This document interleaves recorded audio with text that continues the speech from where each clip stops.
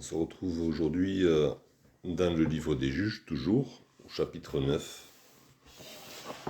La dernière fois, à la fin du chapitre 8, on avait vu la fin de Gédéon, comment après sa victoire sur les Madianites, il avait refusé la royauté, mais avait tout de même réclamé un cadeau royal, une part royale sur le butin, et il avait mené par la suite grande vie dans sa ville natale, où il avait érigé une sorte de monument, ou d'idole monument, avec l'or du butin pris aux Madianites. Et cette idole avait été un piège pour lui et pour tout Israël, et pour sa famille notamment.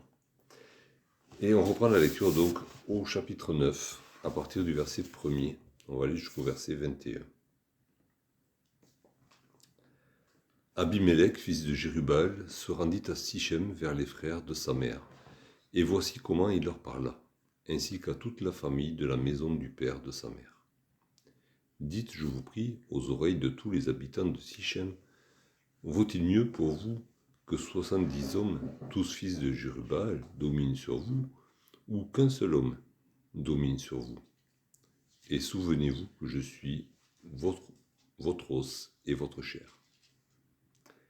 Les frères de sa mère répétèrent pour lui toutes ces paroles aux oreilles de tous les habitants de Sichem, et leur cœur inclina en faveur d'Abimelech, car ils se disaient, c'est notre frère.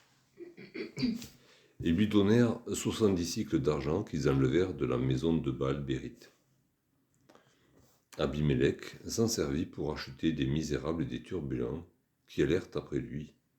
Il vint dans la maison de son père, à Ophra, et il tua ses frères, fils de Jérubal, 70 hommes, sur une même pierre. Il n'échappa que Jotam, le plus jeune fils de Jérubal, car il s'était caché. Tous les habitants de Sichem et toute la maison de Milo se rassemblèrent. Ils vinrent et proclamèrent au roi Abimelech près du chêne planté dans Sichem. Jotam en fut informé. Il alla se placer sur le sommet de la montagne de Garizim. Et voici ce qu'il cria à haute voix. Écoutez-moi, habitants de Sichem, et que Dieu vous écoute. Les arbres partirent pour aller oindre un roi et le mettre à leur tête. Et dirent à l'olivier, règne sur nous. Mais l'olivier leur répondit, renoncerai-je à mon huile, qui m'assure les hommages de Dieu et des hommes, pour aller planer sur les arbres? Et les arbres dirent au figuier, viens, toi, règne sur nous. Mais le figuier leur répondit, renoncerai-je à ma douceur et à mon excellent fruit, pour aller planer sur les arbres? Et les arbres dirent à la vigne, viens, toi, règne sur nous. Mais la vigne leur répondit, renoncerai-je à mon vin qui réjouit Dieu et les hommes, pour aller planer sur les arbres? Alors tous les arbres dirent au buisson d'épines, viens, toi, règne sur nous. Et le buisson d'épines répondit aux arbres, si c'est de bonne foi que vous voulez moindre pour votre roi, venez, réfugiez-vous sous mon ombrage. Sinon, un feu sortira du buisson d'épines et dévorera les cèdres du Liban. Maintenant, est-ce de bonne foi et avec intégrité que vous avez agi en proclamant roi Abimelech? Avez-vous eu de la bienveillance pour Jérubal et sa maison? L'avez-vous traité selon les services qu'il a rendus? Car mon père a combattu pour vous, il a exposé sa vie, et il vous a délivré de la main de Madian. Et vous vous êtes levé contre la maison de mon père. Vous avez tué ses fils, 70 hommes, sur une même pierre. Et vous avez proclamé roi sur les habitants de Sichem, Abimelech, fils de sa servante, parce qu'il est votre frère. Si c'est de bonne foi et avec intégrité, qu'en ce jour vous avez agi envers Jérubal et sa maison, eh bien qu'Abimelech fasse votre joie, et que vous fassiez aussi la sienne. Sinon, qu'un feu sorte d'Abimelech et dévore les habitants de Sichem et la maison de Milo. et qu'un feu sorte des habitants de Sichem et de la maison de Milo, et dévore Abimelech. Jotham se retira et prit la fuite. Il s'en alla à Ber, où il demeura loin d'Abimelech, son frère. Alors dans ce chapitre, il n'est pas question d'oppression ennemie. Du coup, il n'est pas question non plus d'appel au secours d'Israël. Et du coup, il n'est pas non plus question de libérateur suscité par l'Éternel pour libérer le peuple. Mais c'est une histoire qui se passe dans ces affaires, on va dire, internes du peuple d'Israël. Il n'y a pas d'ennemi extérieur. C'est juste Israël qui est aux prises avec une espèce de guerre de succession, on va dire.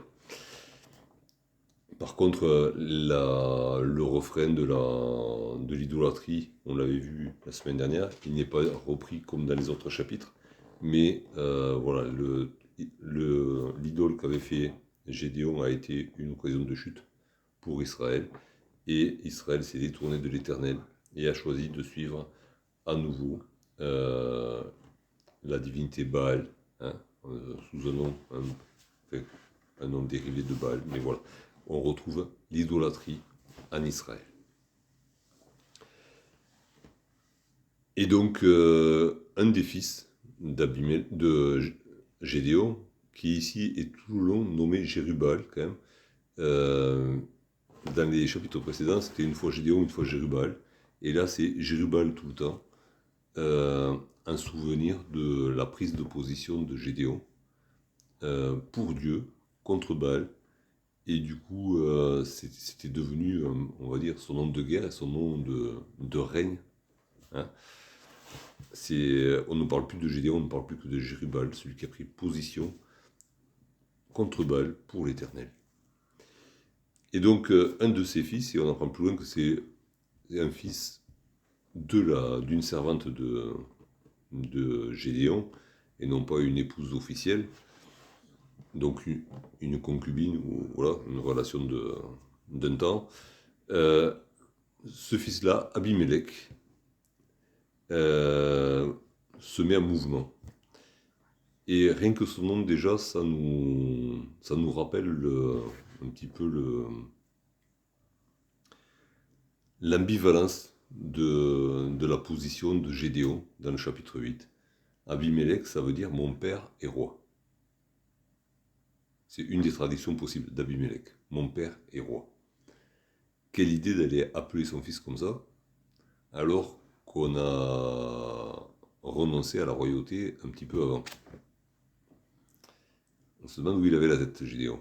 Hein, à moins que ce soit sa mère qui l'ait nommé comme ça, à l'insu de Gédéon, je sais pas. Mais en tout cas, bon, ça lui a bien monté la tête à Abimelech de se croire fils de roi, alors que Gédéon avait refusé la royauté tout en réclamant la part du lion dans le butin.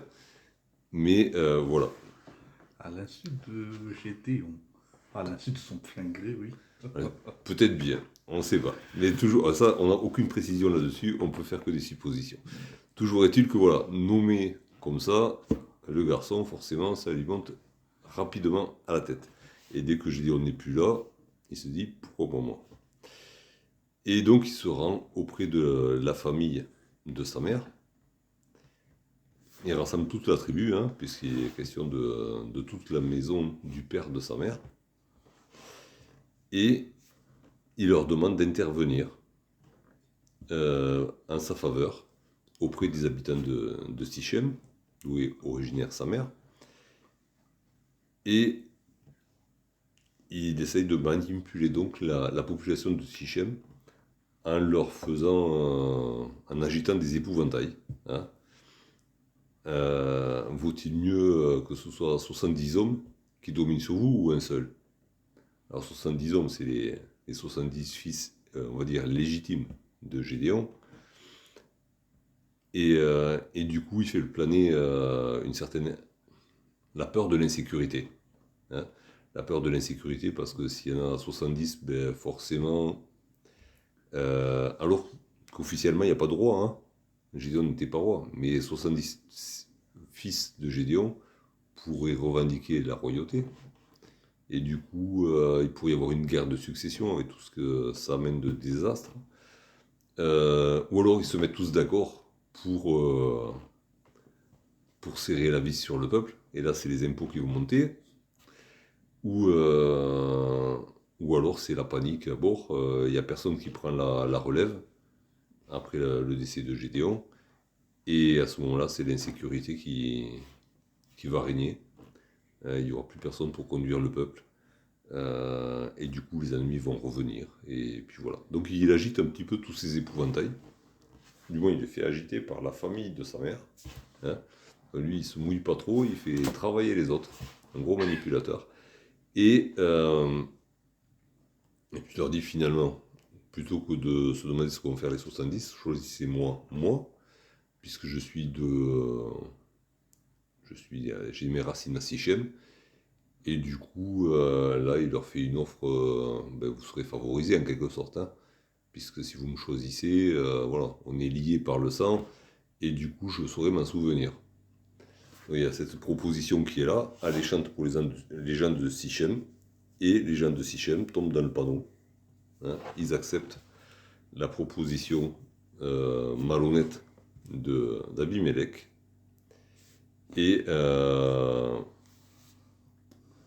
et du coup, il finance sa prise de pouvoir. Hein. Et comment est-ce qu'il la finance? Ils prennent de l'argent. Alors, pas des grosses quantités. Hein. 70 cycles, 70 pièces d'argent. Hein. Jésus sera vendu pour 30 pièces. Là, il y a un peu plus du double. Hein. C'est pas une fortune énorme. On aimerait bien les trouver, hein, mais c'est pas une fortune énorme non plus. Et ces 70 pièces d'argent on peut faire le lien avec les 70 hommes qui vont être exécutés. Hein. Un homme, une pièce. Ça fait pas cher la vie d'un homme. Et donc ils prennent cet argent-là dans le trésor du temple de Baal.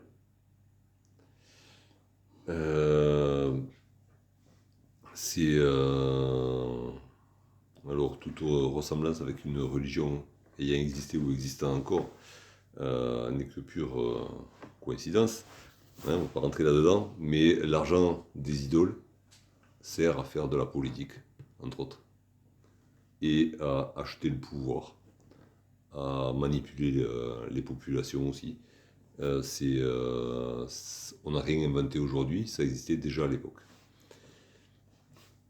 Et ces 70 pièces d'argent, encore une fois, c'est pas une grande valeur, hein, mais elles vont servir à acheter des gens sans valeur. Hein. C'est des gens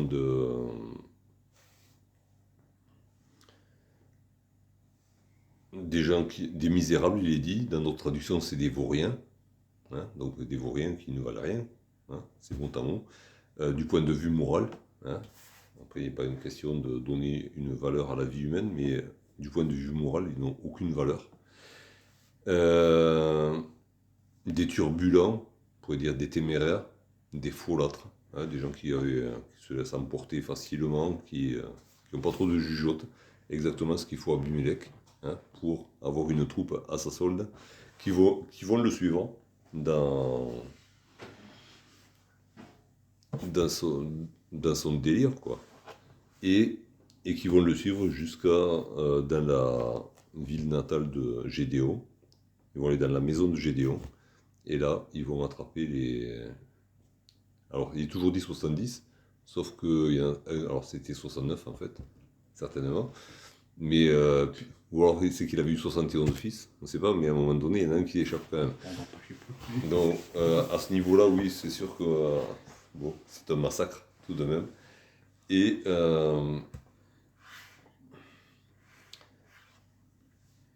du coup, il y a cette exécution en chaîne qui se fait. Hein.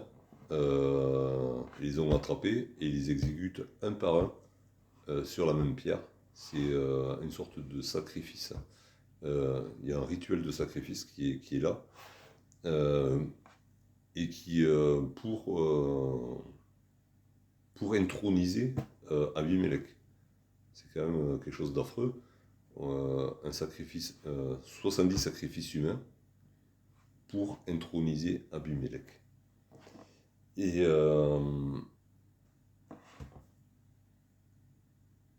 il y en a un qui échappe, hein, et ça, on est un petit peu habitué à cette manière de faire de l'Éternel.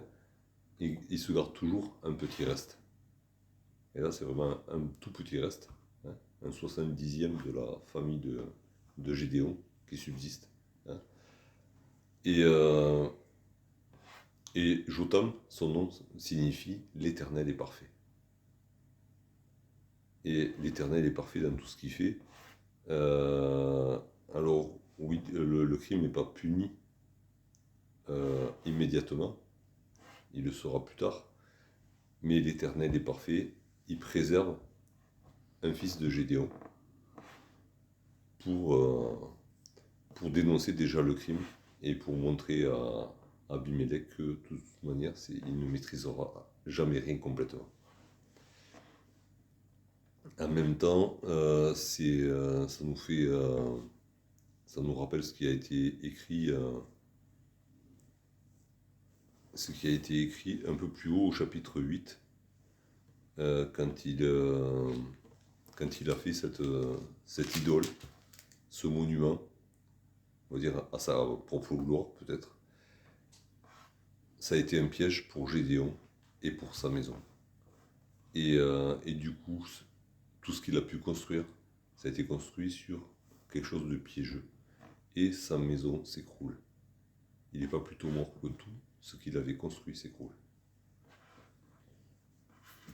C'est un avertissement pour nous. Hein. Il y a ce verset qu'on connaît bien, si l'Éternel ne bâtit la maison, ceux qui la bâtissent en vain. Et Gédéon a bâti sa maison sur l'orgueil humain, sur une idole qui commémorait sa victoire. Et sa maison s'est écroulée tout de suite après lui.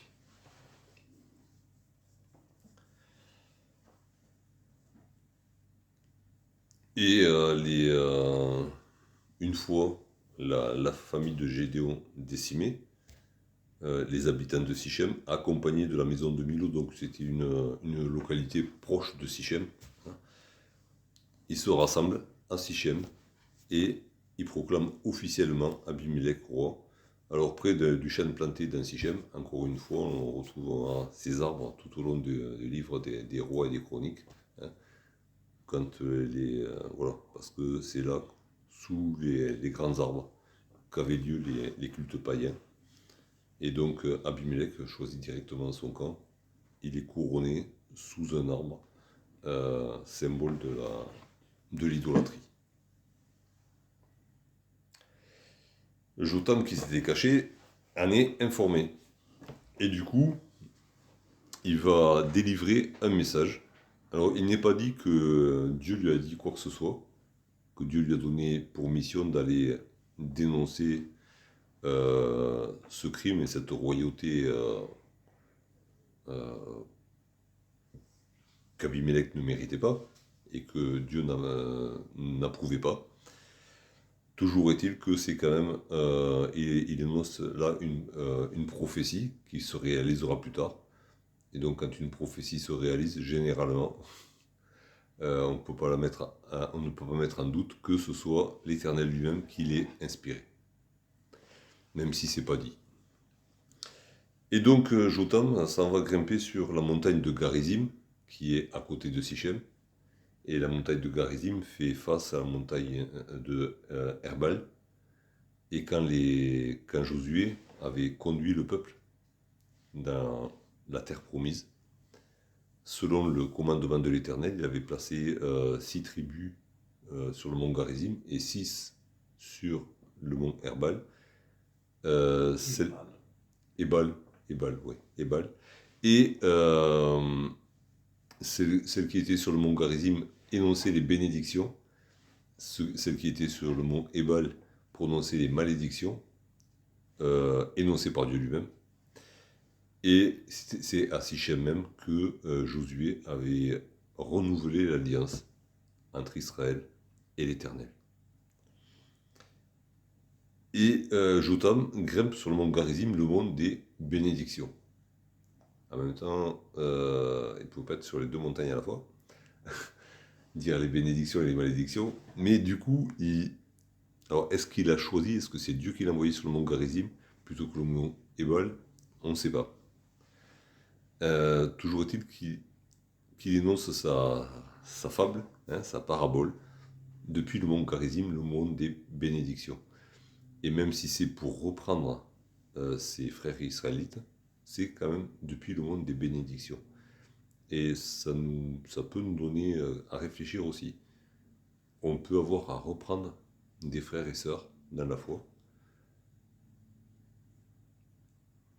Mais on n'est pas là pour maudire, on n'est pas là pour détruire, on n'est pas là pour juger. Le Seigneur nous a demandé de bénir. Et on peut dénoncer en bénissant quand même, en demandant la bénédiction de l'Éternel. Et donc Jotam monte sur le mont Garizim, et là il crie aux habitants de Sichem qui sont dans la vallée. Et il les invite à l'écouter, lui, et puis il leur dit que Dieu vous écoute aussi, parce qu'il leur pose une question. Et du coup, Dieu entendra la réponse. C'est l'assurance qu'il a, Jotam. Lui pose une question, et Dieu entendra la réponse, et c'est Dieu qui jugera. Et donc il y a cette fable, cette parabole. Alors les arbres, on se demande bien pourquoi, en plus, pourquoi les arbres voudraient un roi. Mais bon, pourquoi pas, puisqu'Israël veut un roi depuis toujours. Donc les arbres aussi veulent un roi. Et les arbres s'en vont en cortège. Alors c'est un peu étonnant aussi, parce que les arbres, on les voit enracinés d'habitude. Et puis là, les arbres qui se promènent. Il y a une délégation d'arbres qui se promènent et qui vont voir d'autres arbres pour proposer la royauté. C'est assez original. Je ne sais pas si on trouve ça dans d'autres fables, dans les fabliers de La Fontaine ou autres, des arbres qui agissent de cette manière. Le chêne et le roseau. Oui, mais ils ne cherchent pas un roi, et puis ils peuvent être plantés l'un à côté de l'autre. Ils ne se sont pas déplacés pour aller se faire bonjour non plus. Donc ils discutent, oui, ils se vantent l'un et l'autre, mais, enfin, surtout le chêne, et il se moque de son voisin le roseau, mais voilà, ils vont pas s'adresser à quelqu'un d'autre, ils se déplacent pas, quoi. Parce que là, quand même, il faut qu'ils se déplacent. C'est original. Et donc les arbres le cortège d'arbres va se planter, pour le coup, devant l'olivier, et va formuler cette demande. Olivier, règne sur nous. L'olivier, lui, décline l'offre. Et pourquoi est-ce qu'il décline l'offre? C'est qu'il a des choses à faire. Et que s'il devenait roi, il renoncerait à sa mission. Alors le verset, la traduction là, elle est un petit peu, on va dire, un peu incompréhensible. Renoncerai-je à mon huile qui m'assure les hommages de Dieu et des hommes? Est-ce que c'est l'olivier qui est honoré par Dieu et les hommes? Alors oui, des fois, par les hommes surtout. Par certains hommes, mais en fait, quand il dit il m'assure les hommages de Dieu, en fait, mon huile par laquelle on honore Dieu et les hommes. C'est un peu l'idée qu'on retrouve quand il s'adresse à la vigne. Mon vin qui réjouit Dieu et les hommes. C'est pas, et non pas, c'est pas l'olivier qui est honoré par son huile. Donc, l'olivier a une mission, c'est produire de l'huile. Il a été créé pour ça, et il a pour produire de l'huile, l'huile qui sert dans les libations des sacrifices pour Dieu, l'huile qui sert à faire de la lumière, notamment avec le chandelier dans le lieu saint, l'huile qui sert à oindre les prophètes et les sacrificateurs, et plus tard les rois, l'huile qui sert aux hommes à fabriquer des parfums et des onguents pour se soigner. Donc l'olivier a une mission capitale, et s'il accepte la royauté, il va passer à côté de sa mission. Alors il dit non merci, j'ai des choses à faire. Du coup, les arbres vont se planter devant le figuier. Et ils disent, viens toi, règne sur nous. Et le figuier, lui aussi, décline l'offre. Hein. Le figuier, c'est l'arbre nourricier par excellence, hein, avec ses 2 récoltes, avec ses fruits qui peuvent se conserver toute l'année. Ma mission, c'est de nourrir. Ma mission, c'est pas de régner. Je suis là pour nourrir le peuple. Je ne vais pas renoncer à ma mission pour être roi. Du coup, ils vont se planter devant la vigne, ils disent viens toi, vigne, règne sur nous. Et la vigne décline aussi l'offre. La vigne aussi a des choses à faire. Elle produit du vin. Et le vin sert aux libations dans les offrandes à Dieu. Et c'est le symbole de la joie, c'est elle qui égaye les festins pour les hommes. Et du coup, la vigne, non, elle renoncera pas à produire son vin juste pour régner. Bon, tout ça, hein, c'est pour, à l'arrivée, ridiculiser le buisson d'épines. Hein, puisque le buisson d'épines ne produit rien, n'a aucune responsabilité de base. C'est juste, il est là pour embêter tout le monde. Et, et donc voilà. Mais l'olivier, le figuier, la vigne ont une mission. Ils ont reçu une mission de la part de Dieu. Ils sont à la place où Dieu les a placés et ils ne veulent pas en bouger. Et du coup, c'est quand même une leçon pour nous. Dieu nous a placé chacun de ses enfants dans son corps, à une place définie. Alors, ça ne veut pas dire que cette place ne va pas changer avec le temps, ça c'est selon la volonté de Dieu, mais aucun des membres du corps n'a la capacité, par lui-même, de changer de place. Chaque enfant de Dieu a été placé où il faut dans le corps, dans l'Église, pour y jouer un rôle envers Dieu et envers ses frères et sœurs. Et rien ni personne ne doit le faire bouger de sa place, si ce n'est la volonté de Dieu. Et ces arbres-là nous indiquent, voilà, il y a le côté adoration et le côté service des frères et sœurs. Adoration de Dieu et service des frères et sœurs, et rien ne doit nous faire renoncer à ça. Aucune offre, aussi alléchante soit-elle, ne doit nous faire renoncer à ces 2 rôles. C'est peut-être aussi une image de Jésus-Christ. Hein. Ces arbres sont aussi, on peut les prendre comme une image de Jésus-Christ, à qui la royauté a été proposée à plusieurs reprises. Il a même été accueilli comme roi à Jérusalem, et il a refusé cette royauté, parce qu'il avait des choses à faire. Hein. Il devait servir de libation, hein. Il devait servir de sacrifice. Il était là pour apporter la lumière. Il était là pour nourrir aussi les hommes. Hein. Alors, Jésus n'a pas dit je suis le figuier venu du ciel. Il a dit je suis le pain qui est venu du ciel. Hein. Un symbole de c'est un symbole de nourriture par excellence. Il est venu aussi apporter la joie. Hein. Et par Jésus-Christ aussi, à sa demande expresse, on a reçu l'onction du Saint-Esprit. Jésus n'a pas accepté la royauté parce qu'il avait toutes ces choses-là à faire pour Dieu et pour nous. Et donc, débouté par l'olivier, le figuier et la vigne, les arbres se retournent vers le buisson d'épines. On aurait pu trouver un autre buisson, mais non, tous les autres, ils avaient sûrement autre chose à faire. Hein. Ils auraient pu voir la myrrhe, le machin, le cadre, n'importe quoi. Ils auraient tous eu quelque chose à faire, parce qu'ils avaient un fruit à produire pour le bien de l'humanité ou pour la gloire de Dieu. Et du coup, ils se retournent vers celui qui sert à rien. Hein. Il était question de vauriens plus haut.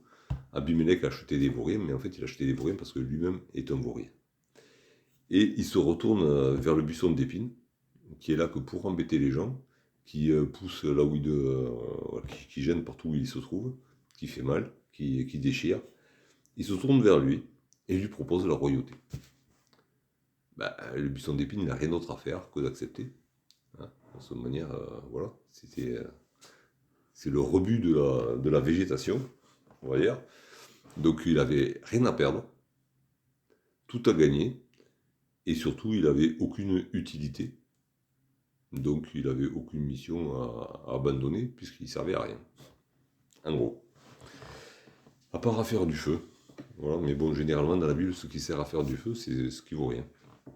Ce dont on veut se débarrasser, ben voilà. Il est question des épines qui brûlent sous le chaudron, hein, qui pétillent. Ben voilà, c'est juste bon à faire du feu. Et du coup, voilà, il y a, je sais pas, Abimelech, il a dû blêmir quand il a entendu ce discours-là. Se faire traiter de vaurien alors qu'il venait juste d'être couronné, et se faire traiter de vaurien dans sa ville natale, on va dire, devant tout le monde, en comparaison, voilà, se faire être identifié à un buisson d'épines, par comparaison à l'olivier, au figuier, à la vigne, qui sont des végétaux nobles, ça a dû lui faire grincer des dents quand même. Hein. Ça l'a pas mis de bonne humeur. Mais voilà, la dénonciation a été faite, déjà de la personnalité de l'homme qu'ils avaient choisi pour eux. Jotham a dénoncé sa personnalité, il a dénoncé son cœur, il a mis au grand jour, devant tout le monde. Et puis il va poser une question. Il va poser une question Enfin bon, on finit avec la fable quand même.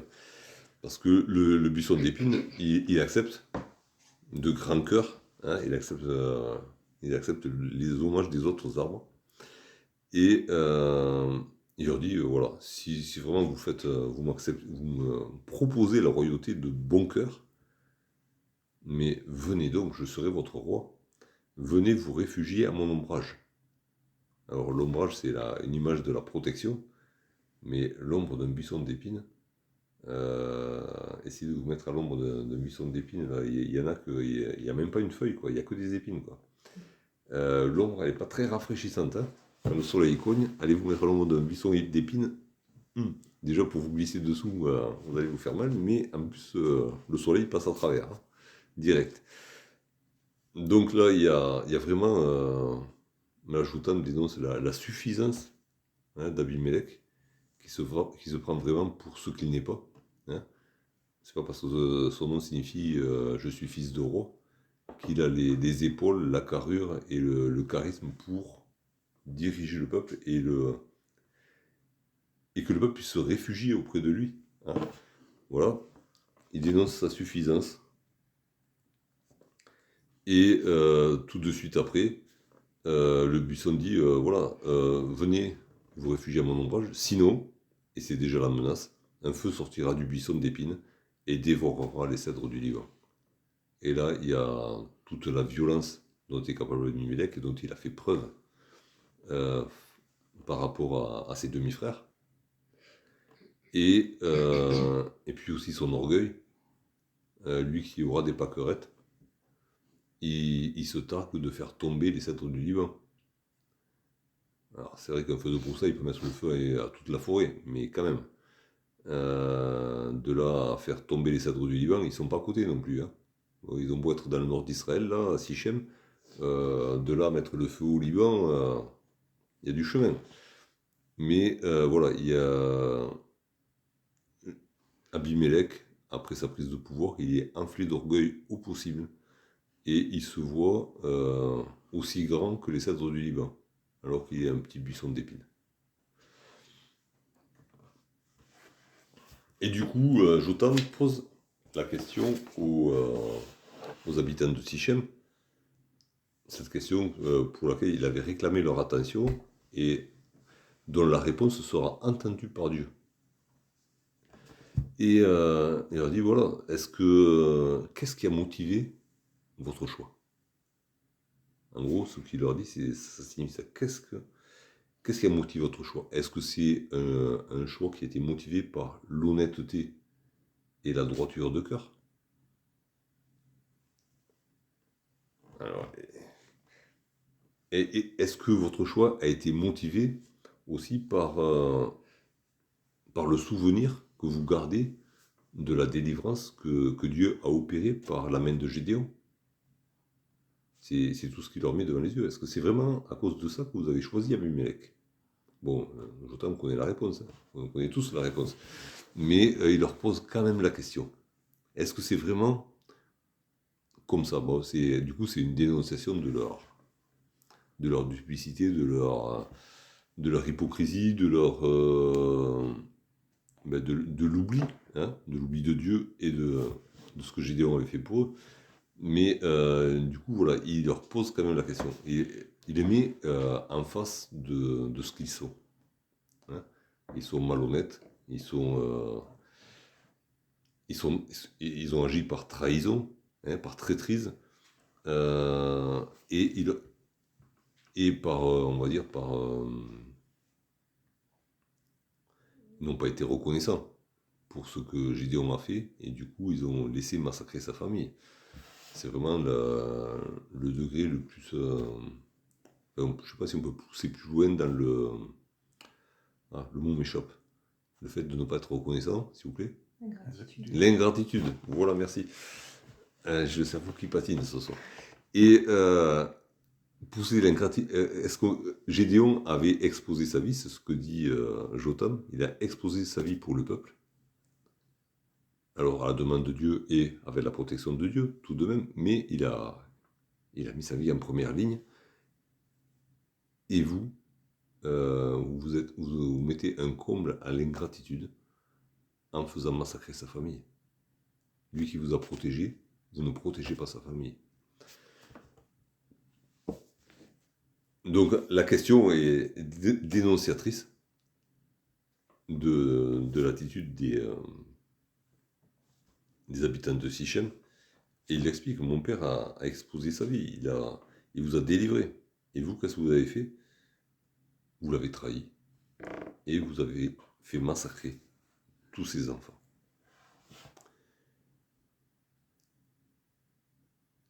Et du coup, vous avez choisi Abimelech comme roi parce que il est de votre sang. Vous avez fait un choix par intérêt. Parce que vous pensez être favorisé par ce roi.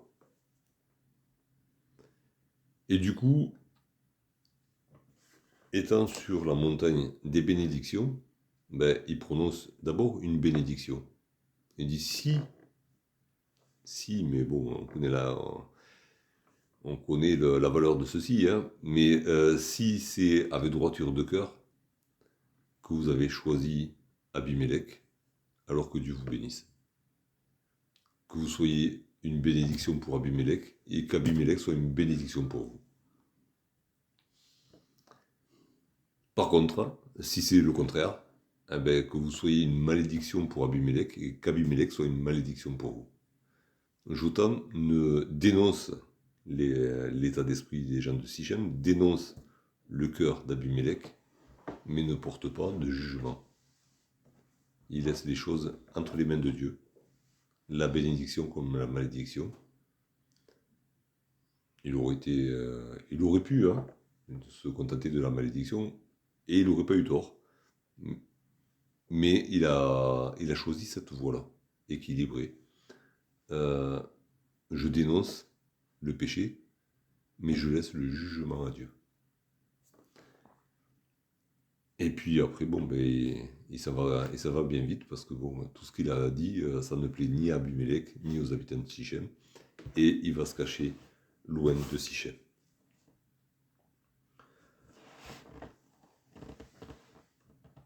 Alors, de manière pratique, on a vu, il y a des avertissements pour nous, hein, la manière de construire notre famille, mais aussi peut-être notre assemblée, hein, pour que tout ne s'écroule pas. Il faut que ce soit bâti sur la parole de Dieu, sur l'œuvre de Jésus-Christ, et non pas sur notre orgueil, même si Dieu nous a permis de faire de grandes choses. tout ce qu'on construira sur notre orgueil, sur notre suffisance, s'écroulera rapidement. Et puis aussi, ces trois arbres qui ont refusé la royauté. Ils sont là pour nous encourager à rester à la place que Dieu nous a donnée, à accomplir la mission que Dieu nous a donnée à accomplir, et à ne pas chercher